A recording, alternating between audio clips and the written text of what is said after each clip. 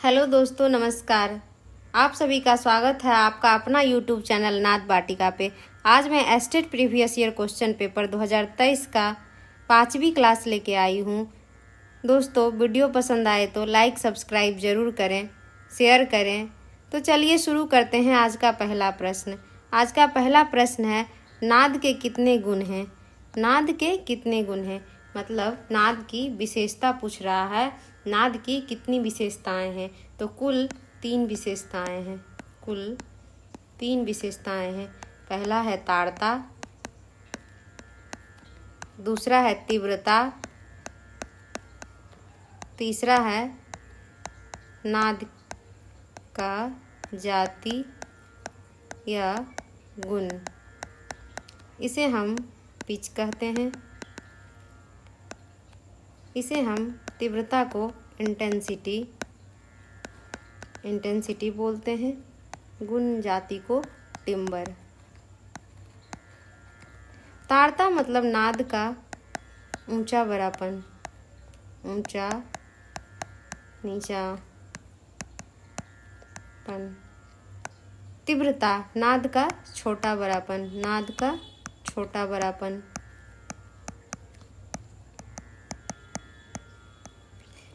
नाद के जाति और गुण से हम अलग अलग वाद्य जब एक साथ बजते हैं उससे हम पता कर पाते हैं कि कौन सा वाद्य बज रहा है। वो हमारे कानों को सुनाई देता है। वही नाद की जाति और गुण है जिससे हम वाद्य पकड़ पाते हैं। ताड़ता जो है वो आवृत्ति पे निर्भर करती है। ताड़ता किस पे निर्भर करती है? आवृत्ति पे। और तीव्रता कंप विस्तार पे। तीव्रता जो है कंप विस्तार पे। इस प्रश्न का आंसर ऑप्शन नंबर बी 3 सही है। दूसरा प्रश्न है, संगीत में कितने वर्ण हैं? संगीत में कुल 4 वर्ण होते हैं। 4 वर्ण होते हैं। अस्थाई,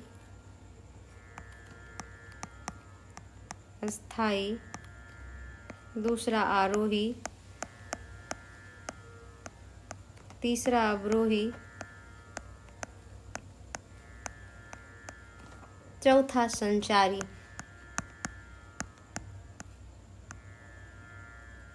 वर्ण 4 होते हैं। अस्थाई रुके हुए स्वर जो होते हैं, रुके हुए स्वर उसे हम अस्थाई कहते हैं।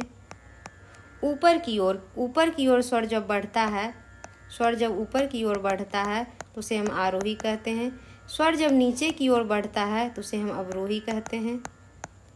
और तीनों के मिश्रण को हम संचारी कहते हैं। इस प्रश्न का आंसर ऑप्शन नंबर सी 3 सही है। तीसरा प्रश्न है, नाद के कितने प्रकार होते हैं? नाद के कितने प्रकार होते हैं? तो नाद के 2 प्रकार होते हैं। नाद कितने होते हैं टोटल? कुल नाद 2 होते हैं। पहला है आहत नाद, दूसरा है अनाहत नाद। किसी वस्तु पर आघात करने से आघात से उत्पन्न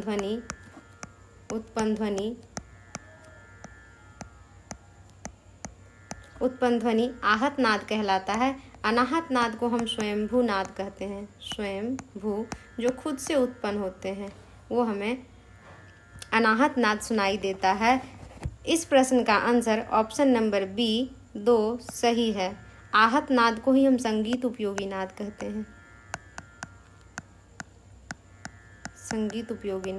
हैं। 4 नंबर प्रश्न है, सप्तक के कितने प्रकार होते हैं? सप्तक के कितने प्रकार होते हैं? तो सप्तक के 3 प्रकार होते हैं। कितने होते हैं? 3 सप्तक होते हैं। मंद्र,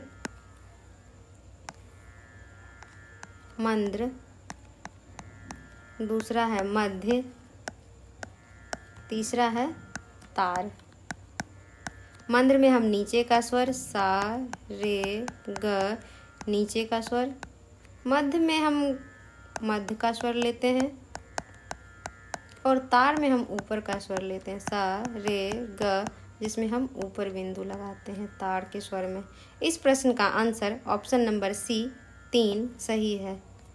5 नंबर प्रश्न है, मध्यम ग्राम की कितनी मूर्छना है? मध्यम ग्राम की 7 मूर्छना, 7 षड्ज की और 7 गंधार ग्राम का कुल 21 मूर्छनाएं हैं। 7 मध्यम ग्राम का मूर्छना है, कुल मूर्छना 21 है। और मध्यम ग्राम का मूर्छना का नाम है सौबरी,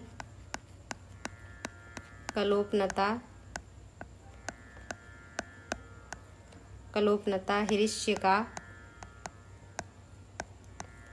शुद्ध मध्यमा, मार्गी, पौरवी, हरिनश्वा।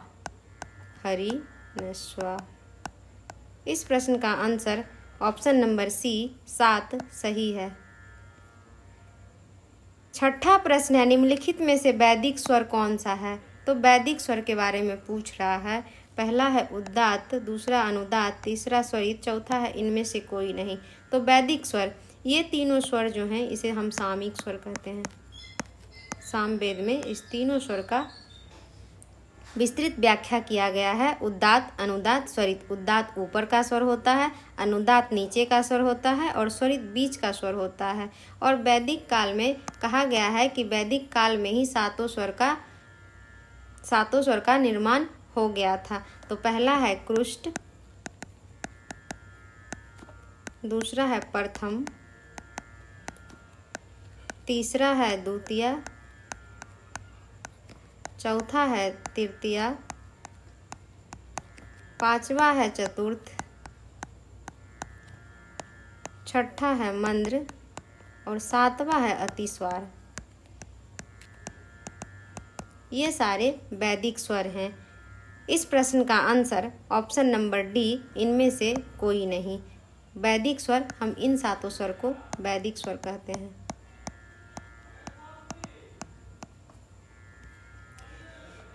सातवां प्रश्न है, विकृत स्वरों का प्रयोग सर्वप्रथम किस ग्रंथकार ने किया है? विकृत स्वर का प्रयोग किस ग्रंथकार के द्वारा किया गया? 7 नंबर प्रश्न है। तो विकृत स्वर के बारे में सबसे पहले सारंग देव के द्वारा दिया गया। वो कुल स्वर 19 माने थे, जिसमें कि 7 शुद्ध स्वर था और 12 विकृत स्वर, 12 विकृत स्वर था सारंग देव के अनुसार। और सोमनाथ के अनुसार सोमनाथ 22 स्वर माने थे, जिसमें कि 7 शुद्ध था और 15 विकृत स्वर था। इस प्रश्न का answer option number D, Sarang Dev सही है। 8वां प्रश्न है, उत्तर भारतीय संगीत में कितने थाट स्वीकृत किए गए हैं? उत्तर भारतीय संगीत में कुल 10 थाट स्वीकृत किए गए हैं। पहला है बिलावल, दूसरा कल्याण, तीसरा खमाज, चौथा काफी, पांचवा भैरवी,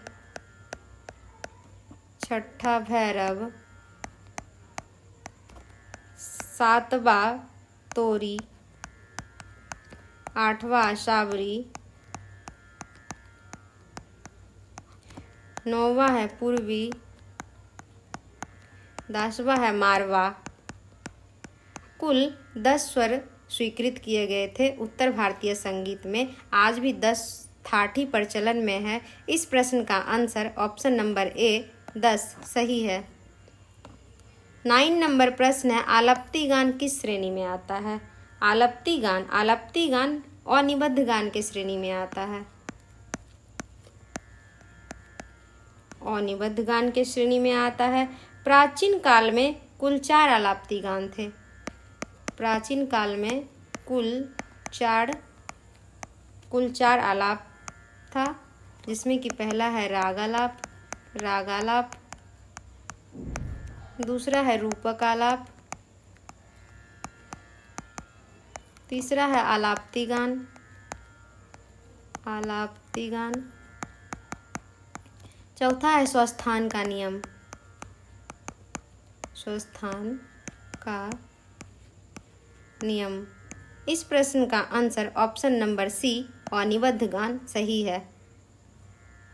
10 नंबर प्रश्न है, रागांग पद्धति किसने स्थापित की? तो रागांग पद्धति सबसे पहले नारायण मोरेश्वर खरे के द्वारा दिया गया। रागांग पद्धति किसने स्थापित की? मोरेश्वर खरे के द्वारा। नारायण मोरेश्वर खरे,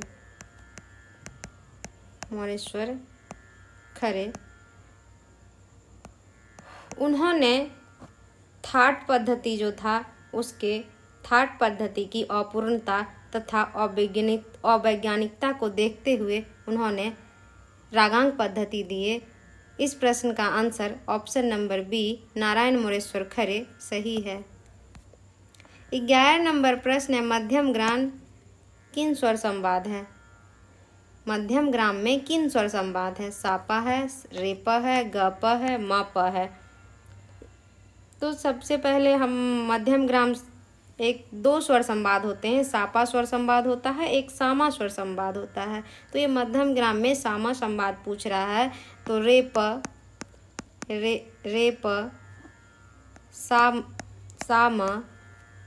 साम गध मणि, ये सब मध्यम ग्राम का स्वर संवाद है। इस प्रश्न का answer option number B rap सही है। राग रागनी वर्गीकरण के कितने भेद हैं? राग रागनी वर्गीकरण के कितने भेद हैं? कितने मत होते हैं? भेद नहीं, मत होता है। राग रागनी वर्गीकरण के कितने मत हैं? 4 मत हैं। सोमेश्वर मत, जिसे हम शिव मत भी कहते हैं।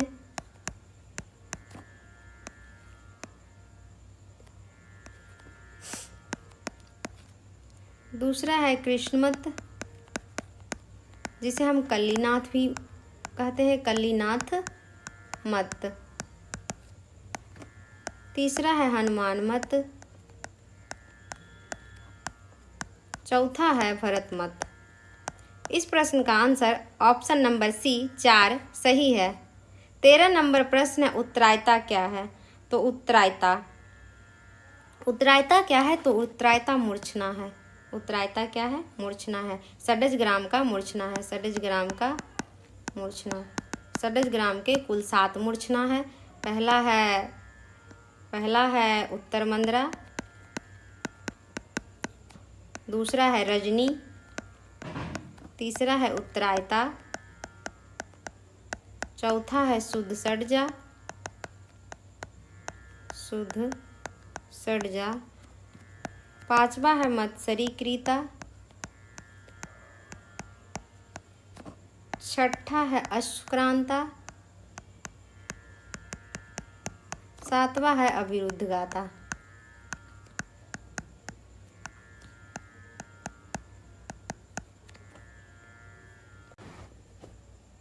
चौदह नंबर प्रश्न है, अर्धमागधी किस शैली का प्रकार है? अर्धमागधी किस शैली का प्रकार है? तो ये गीति का प्रकार है। लेकिन गीति जो होता है वो 2 होते हैं, एक होते हैं स्वर आश्रित और एक होते हैं पद आश्रित। स्वर आश्रित गीति जो होता है, स्वर आश्रित गीति होता है शुद्धा, भिन्ना, गौरी, बेसरा, साधारणी। और पद आश्रित गीति होता है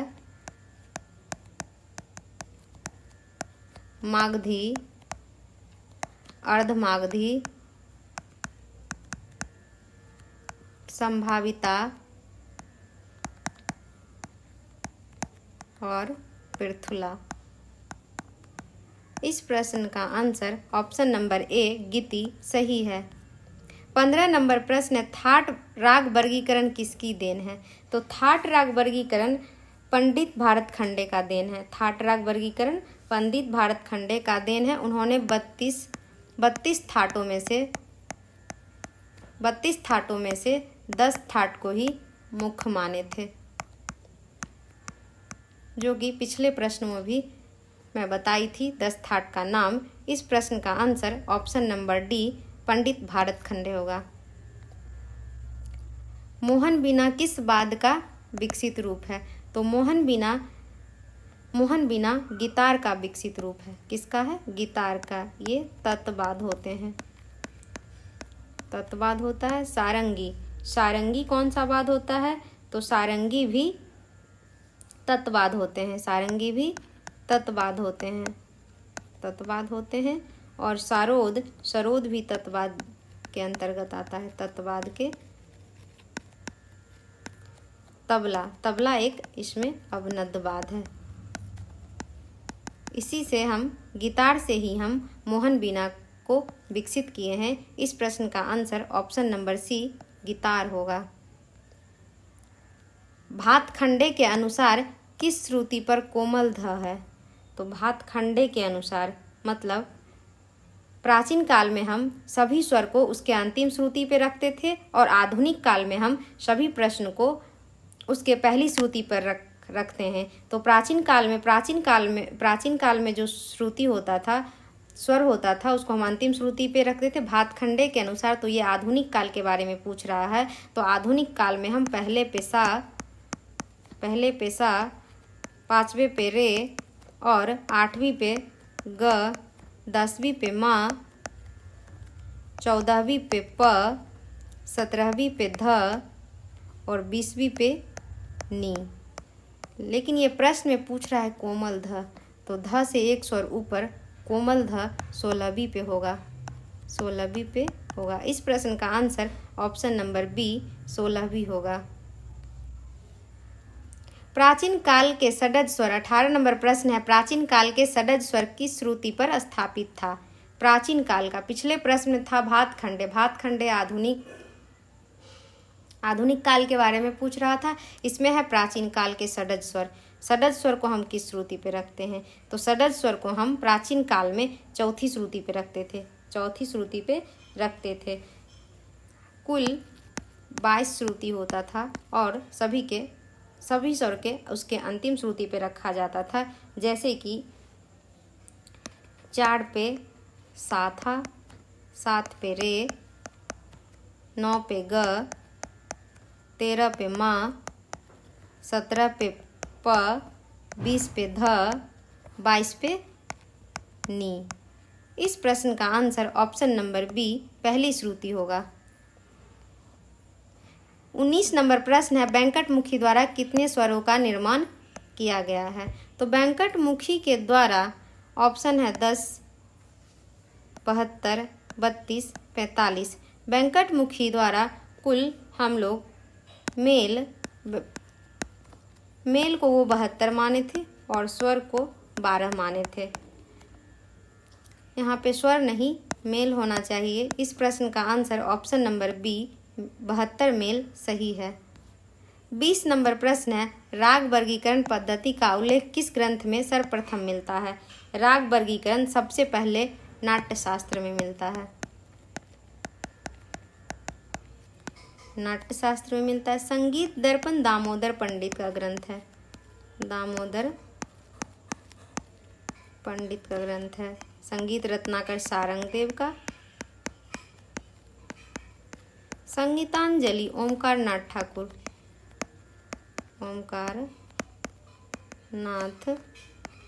ठाकुर। इस प्रश्न का answer option number D Natyashastra सही है। 21 नंबर प्रश्न है, इनमें आलाप्ति से कौन संबंधित है? तो आलाप्ति से प्रतिग्रहणिका संबंधित है। इस प्रश्न का आंसर ऑप्शन नंबर सी प्रतिग्रहणिका सही है। 22 नंबर प्रश्न है, उद्दाह शब्द किस गायन विद्या से संबंधित है? यहाँ पे उद्दाह नहीं उद्ग्राह होगा। उद्ग्राह प्रबंध के 4 धातु हैं। प्रबंध के 6 अंग, 4 धातु और 6 अंग हैं। 4 धातु में उद्ग्राह, ध्रुव, मेलापक और आभोग है।